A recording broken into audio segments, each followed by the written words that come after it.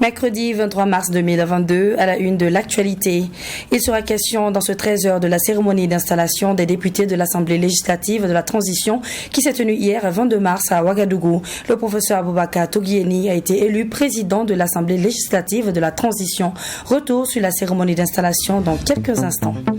Il sera également question dans ce journal de la cérémonie d'installation du secrétaire général de la Défense nationale, le colonel-major Ousmane Traoré. Il remplace donc à ce poste le colonel-major Omer Bationo, appelé à d'autres fonctions dans le gouvernement de la transition.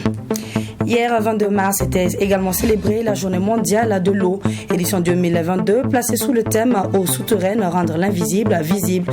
Nous vous proposerons dans quelques instants un zoom sur ces eaux en sachet qui inondent le marché burkinabé. Qu'en est-il de leur qualité et de leur contrôle? Les réponses dans ce journal.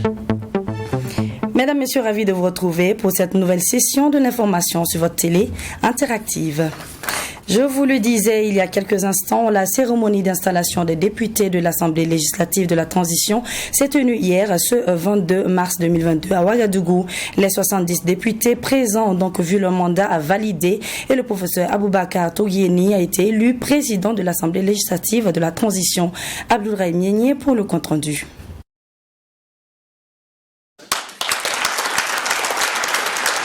Standing ovation pour Aboubacar Toguieni, élu président de l'Assemblée législative de la transition avec la majorité absolue, 59 voix sur 70 votants. Professeur titulaire et enseignant à l'université Nazi Boni de Bobo-Dioulasso, le candidat proposé par le président du Faso est ainsi élu à cette cérémonie d'installation présidée par le doyen d'âge des députés Jean-Hubert Bazier. Dès son installation au perchoir, le président de l'ALT a eu une pensée à l'endroit des victimes du terrorisme au Burkina Faso. Il dit être conscient des événements qui ont conduit à cette transition et les défis à relever. L'Assemblée législative de la transition dirigée par le professeur Toguieni devra donc jouer son rôle de représentant du peuple et répondre aux besoins les plus urgents de la population. Mon mandat sera inscrit dans le sens de l'engagement pour le pays dans sa quête de sécurité, de dignité et d'honneur. Je sais que c'est une transition pour asseoir les fondements pour une société plus juste et de moralisation de la vie publique.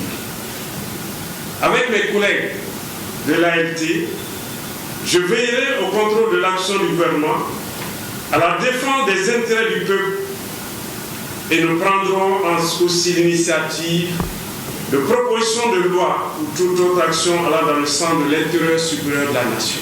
Le président de l'ALT a donné l'ossature de la commission ad hoc chargée d'élaborer le règlement intérieur de l'Assemblée. Composée de 10 membres, cette commission prend en compte toutes les composantes de l'Assemblée législative de la transition. Composantes: organisation de la société civile, nombre de députés 13, nombre de représentants 2. Personnalité désignée par le président du Faso. Nombre de députés 21. Nombre de représentants 3. Parti et formation politique. Nombre de députés 8. Nombre de représentants 1. Les régions. Nous avons 13 régions, mais pour le moment nous avons 12 présents. Ayant nombre de représentants 2. Forces de défense et de sécurité. Nombre de députés 16, nombre de représentants 2. Après son installation, la commission dispose de 7 jours pour la rédaction du règlement intérieur de l'ALT. Une session sera donc ouverte à l'issue de ces travaux en vue de l'adoption du règlement et l'élection du bureau de l'Assemblée législative de la transition. Le président de l'Assemblée législative de la transition au Burkina Faso est désormais connu. Installés dans leur fonction de représentants du peuple à l'hémicycle, les nouveaux députés ont procédé au choix de leur président. Parmi 3 candidats à l'élection, Aboubakar Toguieni est celui qui a retenu l'attention et a remporté l'élection avec 59 voix contre 8 pour le deuxième et 3 pour la dernière. Cependant, que sait-on de lui? Son portrait dans ce papier de Fatimata Nikema. Il fait partie des 21 personnes désignées par le président du Faso pour siéger à l'Assemblée législative de la transition. Aboubakar Toguieni est professeur titulaire en sciences halieutiques à l'université Nazi Boni de Bobo-Dioulasso. Membre de l'Académie nationale des sciences, des arts et des lettres du Burkina Faso en salle BF, le professeur Aboubakar Toguieni est également directeur de l'école doctorale en sciences naturelles et agronomie et secrétaire exécutif du réseau des universités du Sahel pour la résilience. Il dirige aussi le laboratoire d'études et de recherche sur les ressources naturelles et les sciences de l'environnement. Le nouveau président de l'Assemblée législative de la transition burkinabé est détenteur de plusieurs diplômes. Après l'obtention de son baccalauréat série D en 1985, il rentre à l'université de Ouagadougou en faculté de mathématiques et sciences de la nature. En 1990, il obtient son diplôme d'ingénieur à Liot, option pêche continentale et pisciculture à l'Institut supérieur des sciences techniques halieutiques en Mauritanie. 2 ans après, à l'université de Rennes 1 en France, le professeur Aboubakar Toguieni valide son diplôme d'études approfondies, mention biologie et agronomie. C'est aussi à Rennes qu'il met fin à son cursus académique en validant une thèse de doctorat en biologie et agronomie avec option sciences halieutiques. Enseignant-chercheur, celui qui sera au perchoir de l'Assemblée législative de la transition au Burkina Faso a mené des recherches sur plusieurs thèmes. Il a abordé des thématiques telles que les systèmes intégrés de production agricole, la valorisation des ressources génétiques locales, ainsi qu'en alimentation et nutrition des poissons. Notre professeur titulaire a suivi plusieurs formations en lien avec ses qualifications et travaillé dans plus d'une vingtaine de pays à travers le monde. Professeur Aboubakar Toguieni, marié et père de 3 enfants, est né le 17 avril 1964 à Bobo-Dioulasso. Le directeur de cabinet du Premier ministre Lukien a procédé ce 22 mars 2022 à l'installation du secrétaire général de la Défense nationale, le colonel-major Ousmane Traoré. Il vient remplacer à ce poste le colonel-major Omer Bationo, appelé à d'autres fonctions dans le gouvernement de la transition. C'était au cours d'une cérémonie en présence du ministre en charge de la Défense nationale et du chef d'état-major des armées. Et c'est Serge Kaboré qui nous en dit plus. Nommé en Conseil des ministres le vendredi 18 mars dernier, le colonel-major Ousmane Traoré est désormais le secrétaire général de la Défense nationale, SGDN. Son installation est ici présidée par le directeur de cabinet du Premier ministre Lukien, en présence du ministre d'État chargé de la Défense nationale et du chef d'état-major général des armées. Fraîchement installé dans ses fonctions, le colonel-major Ousmane Traoré mesure déjà les attentes placées en lui. La cérémonie qui nous réunit ce matin intervient dans un contexte national marqué par la recrudescence des attaques terroristes dans notre pays et par la nécessité de continuellement adapter nos stratégies pour faire face à la menace. Prenant donc la mesure des nombreux défis engendrés par cette crise, je m'engage à tout mettre en œuvre pour que le secrétariat général de la Défense nationale puisse pleinement jouer sa partition en vue d'un retour de la paix, de la stabilité dans notre pays. Pour cela, je vais m'atteler à poursuivre la réflexion stratégique afin de renforcer les bases de la politique nationale de défense et de la sécurité. Le nouveau secrétaire général de la Défense nationale remplace à ce poste le colonel-major Omer Bationo, appelé dans le gouvernement au portefeuille du ministère en charge de la sécurité. Beaucoup d'acquis ont été engrangés, notamment l'adoption de la PSN en Conseil des ministres, la finalisation de la stratégie de sécurité nationale, l'avant-projet de loi portant organisation générale de la sécurité nationale et plusieurs autres textes référentiels de la sécurité nationale. Nommé le 3 novembre 2021 comme SGDN, je me suis attelé à poursuivre donc la mission de mes prédécesseurs, mais nous avons été vite confrontés à un sérieux problème de ressources humaines car je me suis retrouvé avec un seul cadre de service. L'occasion a été saisie par le représentant du personnel pour exprimer sa reconnaissance au secrétaire général sortant et congratuler le colonel-major Ousmane Traoré pour sa nomination. Au colonel-major Ousmane Traoré, nous disons toutes nos félicitations pour sa nomination au poste de secrétaire général de la Défense nationale. Nous ne doutons pas de ses aptitudes à faire de sa structure une de référence.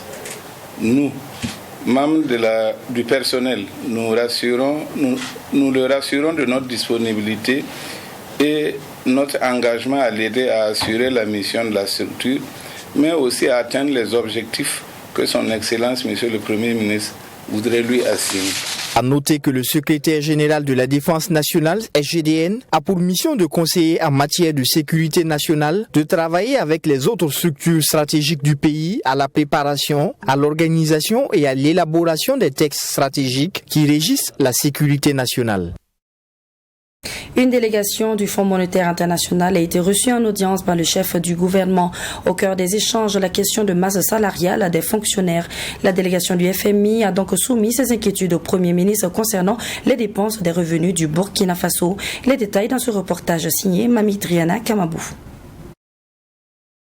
La prédominance des dépenses courantes dans le budget de l'État s'explique par l'évolution des dépenses du personnel. Selon la délégation du FMI, Fonds monétaire international, reçue par le chef du gouvernement en audience, plus de 65% des revenus du Burkina Faso sont injectés dans les salaires des agents de la fonction publique. Une situation inquiétante et sur laquelle le FMI interpelle le gouvernement. On n'est pas là pour demander à ce qu'il y ait une réduction de cette masse salariale, mais qu'on indique un chemin que cette masse salariale est en train de retrouver, le chemin voulu par l'UEMOA, même pas le FMI.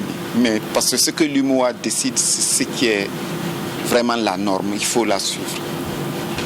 Quand on consacre plus de 65% de ce qu'on gagne pour payer les salaires, qu'est-ce qui reste pour la sécurité?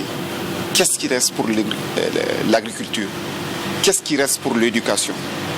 Voilà des réformes qu'il faut engager et que tous les fils du pays se donnent la main pour engager ces réformes difficiles. Selon toujours cette délégation, la norme UEMOA recommande les dépenses de 35% des revenus. Le Fonds monétaire international invite donc les autorités du Burkina Faso à engager des réformes conséquentes. Il demande également l'implication de la population dans cette démarche. Il y a eu changement. Il faut profiter de ce changement pour mettre les réformes qui étaient en jachère. C'est une période exceptionnelle. Il faut en profiter pour faire des mesures exceptionnelles. Ne pas perdre cette opportunité.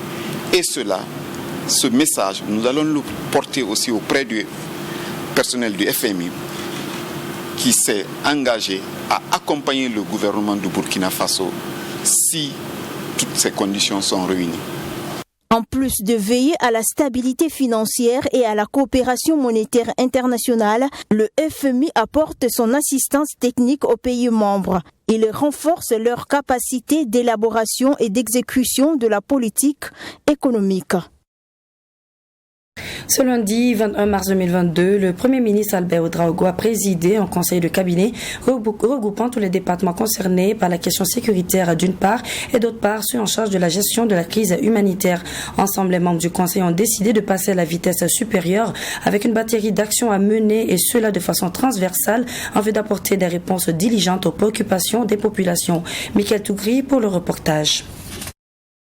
La principale préoccupation pour l'heure au Burkina Faso reste la question sécuritaire et surtout des réponses urgentes et adaptées pour soulager les souffrances des populations. Réunis autour du Premier ministre, les membres du gouvernement concernés par la situation sécuritaire à ce conseil des cabinets ont fait le point des problèmes spécifiques de leurs départements respectifs. La vision étant d'obtenir un mécanisme harmonieux et intégré de travail.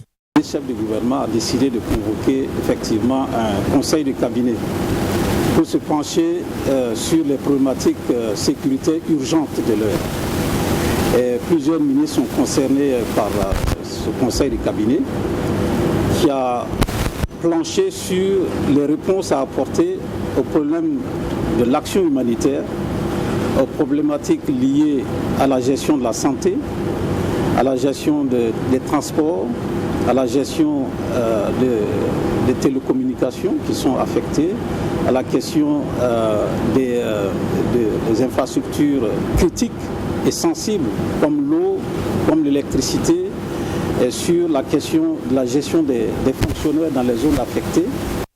À ce conseil de cabinet autour du chef de l'exécutif burkinabé, il a été surtout question de renforcer le socle sur lequel doivent s'enraciner toutes les actions du gouvernement dans le domaine de la gestion de la crise sécuritaire et humanitaire, c'est-à-dire apporter des réponses globales et spécifiques sur ces questions transversales. Et à cet effet, chaque département ministériel a fait des propositions allant dans le sens de solutions vigoureuses qui englobent tous les aspects de cette crise sécuritaire. Lors de cette rencontre également, on a pu constater que les problèmes sont transversaux d'un ministère à l'autre et que cette guerre ne va se gagner que par non seulement l'action militaire, l'action humanitaire, mais le retour de l'État, le retour de nos symboles dans les zones fortement impactées par le terrorisme. Et donc nous sommes confiants des solutions qui ont été proposées pour vous dire l'importance de cette urgence, pour réfléchir de façon concrète à l'opérationnalisation de l'ensemble des idées qui ont été émises là, mais aussi travailler de manière coordonnée, organisée, structurée pour apporter rapidement des réponses sur le terrain.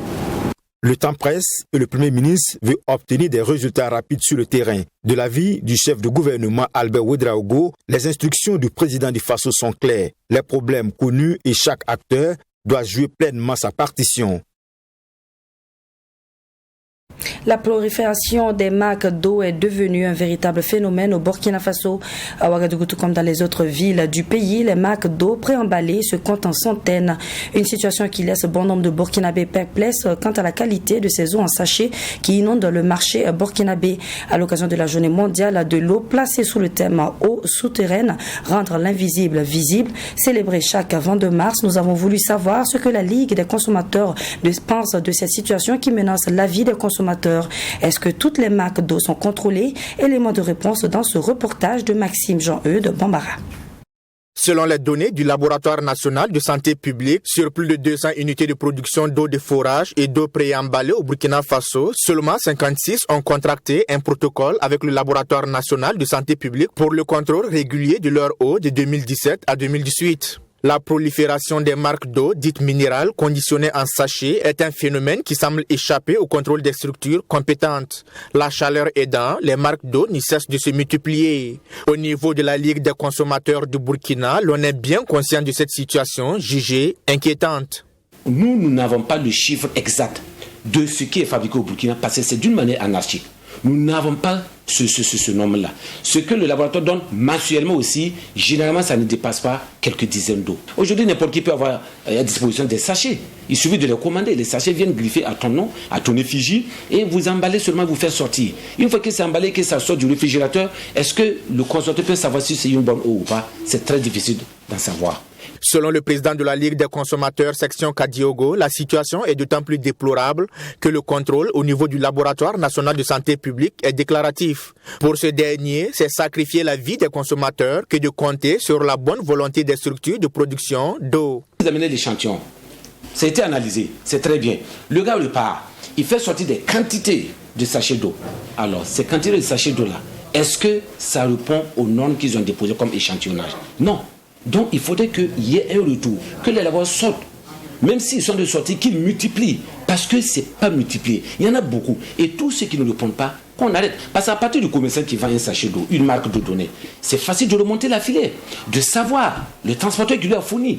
À partir de ce transporteur, on peut savoir quelle est cette usine d'eau clandestine qui fabrique cette eau. En plus de l'origine et du mécanisme de contrôle qui laisse douter de la qualité de ces eaux préemballées, leur mode de conservation n'est pas pour arranger les choses. Des packs d'eau exposés devant les boutiques à la merci du soleil, on en observe un peu partout dans la capitale. Pour payer l'eau, d'abord regardez la nature de la boutique. Des boutiques qui n'ont pas de plafond, à la limite peut-être 2 mètres de hauteur, là où c'est un toit avec des tôles.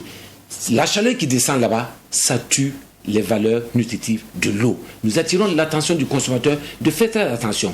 D'abord, vous rentrez, il fait très chaud. L'eau est déposée carrément à terre. C'est un problème, c'est pas normal. On devait avoir des plaquettes, des systèmes de conservation pour conserver l'eau. Et nonobstant même ce dépôt à terre, c'est carrément au soleil encore. Mais vous imaginez, c'est très dangereux. Donc nous disons aux consommateurs, c'est vrai, l'eau c'est la vie. Mais la bonne eau, c'est plus que la vie. Sur la prolifération de ces marques d'eau aux qualités douteuses, le président de la Ligue des consommateurs, section Kadiogo, ne passe pas du dos de la cuillère pour fustiger le laxisme de l'État. La faute est au gouvernement. La faute est au gouvernement. Parce que c'est au gouvernement de nous assurer tous les produits qui sont de qualité, tous les produits en quantité et tous les produits à moindre coût. Apparemment, l'État a les yeux rivés sur, par exemple, ce qu'on appelle l'huile, sur ce qu'on appelle carburant. Mais l'eau là, c'est la source de tout. C'est avec l'eau on peut faire le yaourt. C'est avec l'eau on peut préparer à manger. C'est avec l'eau nous faisons la cuisine. C'est avec l'eau nous lavons. Donc c'est-à-dire que l'eau est à la base. Du moment que l'eau est à la base, il faut que cette matière première que nous utilisons soit vraiment à la hauteur de toutes les analyses. Que cette eau que nous utilisons puisse répondre aux normes que le laboratoire national souhaite. Ce dernier appelle donc les consommateurs à faire des choix responsables et éclairés, mais surtout à avoir une culture de dénonciation, toute chose qui va permettre de freiner le phénomène. Dans le cadre de former le personnel de santé sur la prise en charge de la douleur aiguë, la Société d'anesthésie, réanimation et médecine d'urgence du Burkina Sarmubé a ouvert une séance de formation hier 22 mars à Ouagadougou. Une bonne occasion pour les professionnels de santé de s'accommoder aux connaissances sur la prise en charge de la douleur aiguë. Les détails avec Joseph Yao, Salmatou Zongo, avec la voix de Serge Kaboré. Former les professionnels de santé, les médecins et les paramédicaux du Burkina Faso sur la prise en charge de la douleur aiguë, tel est l'objectif visé par la Société d'anesthésie, réanimation et médecine d'urgence du Burkina. À en croire le président de la Sarmubé, ce serait une occasion pour les participants de s'approprier les connaissances et les savoir-faire en matière de prise en charge de la douleur aiguë. La formation va également contribuer au renforcement des capacités de tous les professionnels de santé du Burkina Faso pour relever le défi de zéro douleur chez le patient. Le résultat que nous espérons de cette formation est d'obtenir que les participants non seulement rafraîchissent et actualisent leurs connaissances sur la douleur, sa prise en charge, les obstacles à l'organisation de sa prise en charge et les moyens de lever ces obstacles. Et ça, c'est le premier volet, renforcement de leur capacité.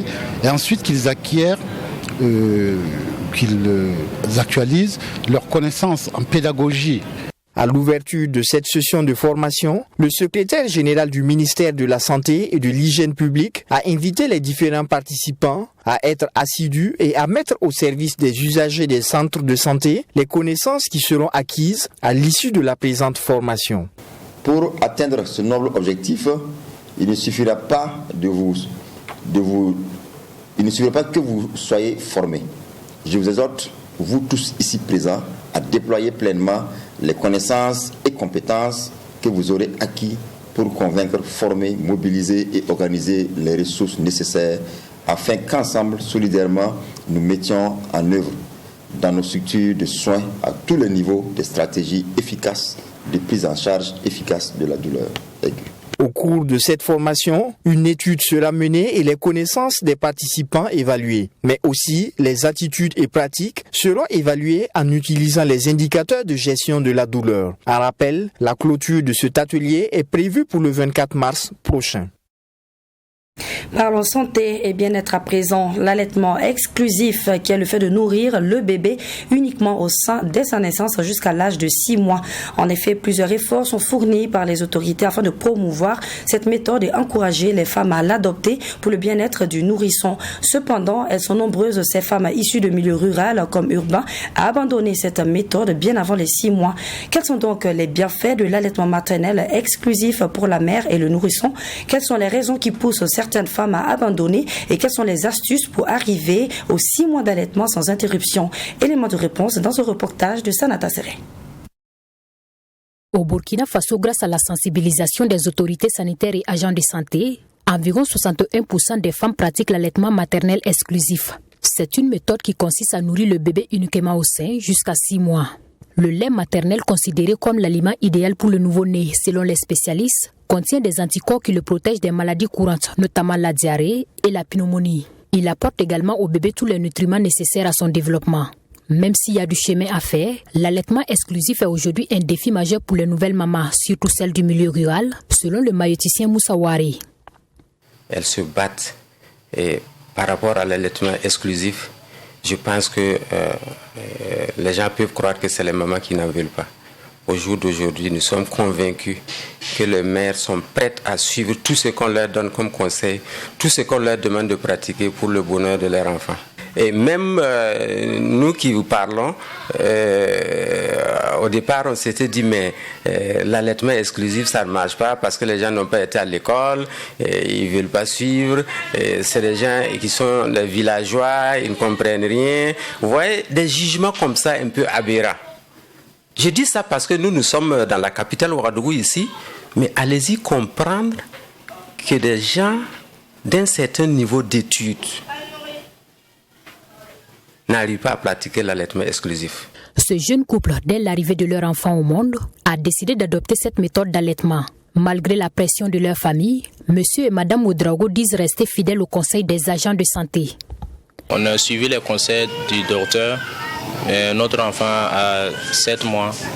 Maintenant, on commence à boire un peu de l'eau, puis le bouillir. Sinon, on a pratiqué les conseils que le docteur nous a donnés. Donc, on n'a pas essayé d'utiliser les tisanes. Ça n'a pas été compliqué. Oui. Mais nous aussi, on a fait tout ce qu'on pouvait. Les vieux voulaient qu'on a qu'à donner les tisanes. Nous aussi, on s'est dit que bon, et on va prendre les précautions pour ne pas que ça dégénère après. En tout cas, au commencement, c'était dur. Deux fois, si je me lève, je vais lui donner de l'eau là, à boire. Mais le docteur m'a dit seulement de ne pas lui donner, que de prendre courage, d'avoir le courage seulement de nous laisser. Donc, en fait, j'ai fait ce qu'il a dit. Et actuellement, ça va. La pression familiale, les pratiques ancestrales et le milieu professionnel constituent un blocage à la méthode de l'allaitement maternel exclusif, selon notre spécialiste. C'est pas dans tous les services qu'on permet, en tout cas, aux femmes d'allaiter. Il y a des services où on vous dit clairement que, bon, soit tu choisis ton enfant ou bien tu choisis ton travail. Vous voyez que quand c'est comme ça, c'est très difficile pour cette mère-là qui tient en tout cas à allaiter exclusivement son bébé. Au niveau de la communauté, il faut savoir que cette pratique-là, en tout cas, elle ne se faisait pas. Voilà, c'était plutôt les pratiques néfastes telles que gaver, donner des tisanes. Et je peux dire que c'est des pratiques ancestrales. Et quand quelque chose est ancestral, pour abandonner, c'est difficile. Ce qui fait que quand la femme regarde la famille, bon, il y a la pression même de l'entourage, de la famille, qui fait qu'elle n'y arrive pas. Madame Doulkoum, la soixantaine bien sonnée, est une belle-mère qui a pu se laisser convaincre par les avantages de l'allaitement exclusif. Depuis déjà 6 ans, elle dit avoir abandonné les anciennes pratiques en encourageant ses filles et belles-filles à adopter cette nouvelle méthode d'allaitement. À notre temps, c'était pas comme ça. Bon, mais de nos jours là, toutes les choses ont changé. Voilà, si tu mets un enfant au monde, tu fais 6 mois, tu ne donnes pas de l'eau à boire. On ne purige pas. Lait maternel, là, mais ça suffit. Le lait là, la main là, ça peut suffire. 6 mois, ça n'est pas donner de l'eau. Ça donne la santé. Avec ma belle-fille qui était couchée, elle fait 6 mois, elle ne donne pas de l'eau. Les gens sont là, bon, murmurer un peu, non, laisse comme ça. Voilà, dans 6 mois-là, elle n'a pas donné de l'eau, elle n'est pas purigée. Mais l'enfant là, elle est en forme, elle est bien en forme même.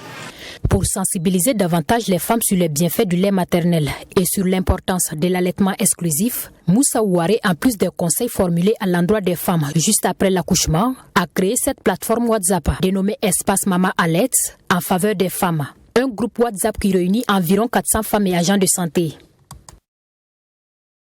Avant de clore ce journal, notre pensée du jour.